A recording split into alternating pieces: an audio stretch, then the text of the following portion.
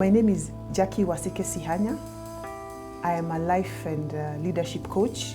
On the question of raising adolescents as a single parent,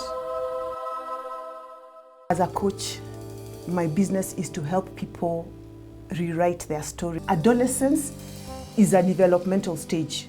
Yeah, it is a necessary part of the human life cycle. It is the stage at which, or it is the point at which this human being is beginning to develop their own identity as an individual. So they challenge authority, they demand control and privacy, and it can be frustrating for both the adolescent and the parent. And we say that frustration tolerance is low, around that time, whether it is for the adolescent or the parent. This has got nothing to do with whether you're raising a child alone or you're raising a child together with a spouse or a partner or somebody else. And in my view, it has also got nothing to do with whether you're a mother alone or you're a father alone, because this stage will happen. And it is possible that this stage can be mishandled whether you have a partner or you don't have a partner. Now, maybe the specific challenge that a single mother might have is that this child may not have a baseline father figure identity to refer to. But the problem doesn't arise from that fact. The problem would arise if there has been deception or avoidance around that fact.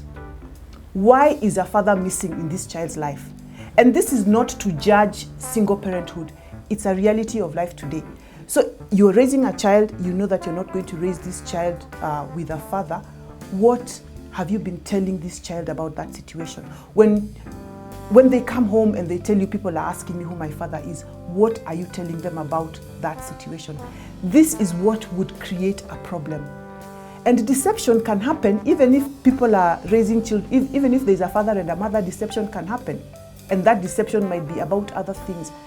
So for me, I say that if you're a single parent, for whatever reason, that is a fact that you know, accept that fact. If you anticipate that adolescence is going to be difficult for you, it is going to be difficult.